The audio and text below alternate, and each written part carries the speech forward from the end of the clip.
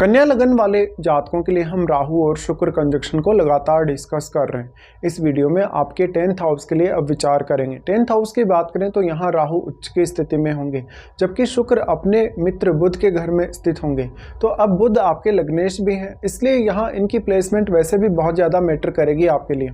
राहु शुक्र के इस कंजक्शन की वजह से अगर आप शुक्र से रिलेटेड अपना कोई भी प्रोफेशन चुनते हैं तो आपको काफ़ी ज़्यादा नेम फेम मिलने की संभावना होगी।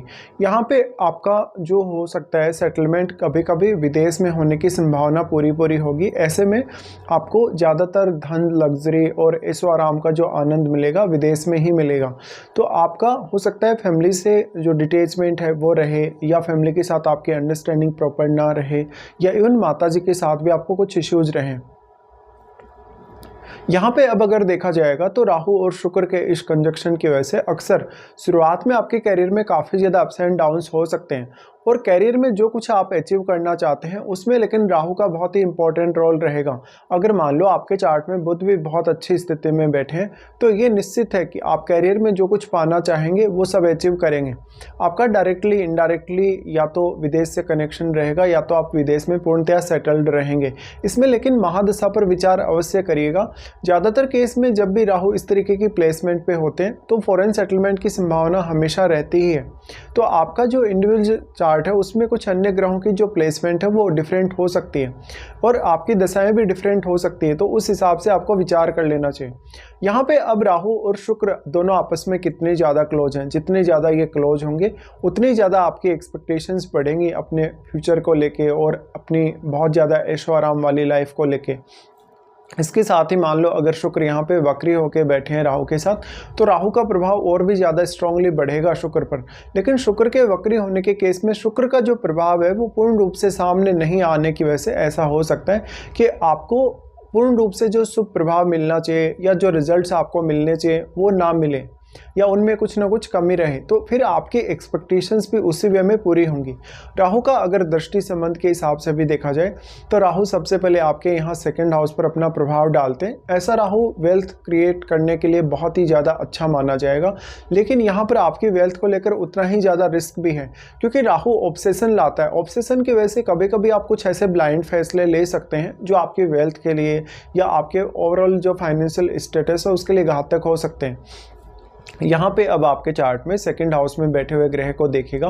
2nd हाउस में बैठा हुआ ग्रह उतना ही ज़्यादा आपके लिए इंपॉर्टेंट है जितना राहु और शुक्र का कंजक्शन, क्योंकि अगर मान लो यहाँ राहु का कोई मित्र ग्रह बैठा होगा आपके 2nd हाउस में तो राहु आपको यहाँ काफ़ी ज़्यादा सपोर्ट करेंगे। बट अगर राहु का कोई शत्रु ग्रह हो तो उस केस में कभी कभी आप बहुत ज़्यादा लालच की वजह से या ऑब्सेशन की वजह से अपना धन खो देते हैं या अपना पैसे का नुकसान कर लेते हैं कहीं ना कहीं ब्लाइंडली कोई फैसला लेके इस केस में। लेकिन ये सब आपको सावधानी रखनी होगी अब, क्योंकि जो 2nd हाउस है वो आपकी वाणी का घर है और आपकी लाइफस्टाइल, फैमिली लाइफ, वो सब। ऐसे में आपकी जो लाइफस्टाइल होगी बहुत ही ज़्यादा कहीं ना कहीं अच्छी होगी और अपनी फैमिली के साथ आप काफ़ी ज़्यादा इंजॉय कर पाएंगे।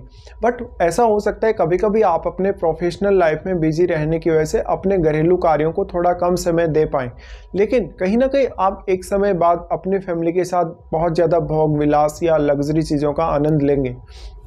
देखिए वाणी स्थान पे जब इस तरीके से दृष्टि डालते हैं राहु, तो क्योंकि अब वो शुक्र के साथ बैठे हैं इसलिए वाणी से जुड़ा हुआ आप में कुछ स्पेसिफिक टैलेंट हो सकता है, जैसे आप गीत संगीत में हो सकते हैं या आपकी जनरल जो वाणी है काफ़ी प्रभावशाली हो सकती है। इसके साथ साथ यहाँ जो बैठा हुआ प्लेनेट होगा आपके 2nd हाउस में वो भी आपकी वाणी पर बहुत मेजर इम्पैक्ट डालेगा। मान लो अगर यहाँ पे कोई सूर्य जैसा ग्रह बैठा है, मंगल जैसा ग्रह बैठा है, तो आपकी वाणी में थोड़ी उग्रता ज़्यादा हो सकती है। इसके बाद यहाँ राहु का जो प्रभाव पड़ रहा है तो आपको सडनली कहीं ना कहीं पैसा मिलेगा, या आपको अगर विदेश से पैसा आता हो, अगर विदेश से आपको इनकम होती हो तो राहु और भी ज़्यादा यहाँ फेवर कर सकते हैं। इसके साथ साथ अगर देखा जाए तो आपके 4th हाउस में अब केतु स्थित होंगे, जहां राहु और शुक्र अपना एस्पेक्ट डाल रहे हैं। यहां अब राहु का एस्पेक्ट वैसे तो केतु पर है, बट केतु जितना भी एनर्जी 4th हाउस को मिल रहा है सारा का सारा एनर्जी एब्जॉर्ब कर रहे हैं, और शुक्र का भी यही हाल है। शुक्र लेकिन बहुत ज़्यादा मल्टीप्लाई हुए हैं राहु के साथ होते हुए, तो शुक्र थोड़ा ज़्यादा स्ट्रॉन्ग प्रभाव डाल पाएंगे केतु पर राहु की तुलना में। वैसे राहु और केतु के बीच में 180 डिग्री का एंगल है जो हमेशा हर कंडीशन में फिक्स्ड रहेगा। इस वजह से राहु एक सीमा सीमा तक ही केतु पर अपना प्रभाव डाल सकते हैं जितना वो एंगल है, लेकिन शुक्र की क्वालिटीज़ बहुत ज़्यादा मल्टीप्लाई होने की वजह से शुक्र ज़्यादा प्रभाव डाल पाएंगे। बट यहाँ 4th हाउस में जितना भी एनर्जी एक्सचेंज हो रहा है किसी भी ग्रह का या किसी भी भाव का, वो सारा का सारा एनर्जी यहाँ केतु एब्जॉर्ब कर रहे हैं। तो यहाँ पर आपको थोड़ी डिफिकल्टी आएगी अपनी फैमिली से डील करते हुए और अपने घरेलू मामलों में डील करते हुए भी।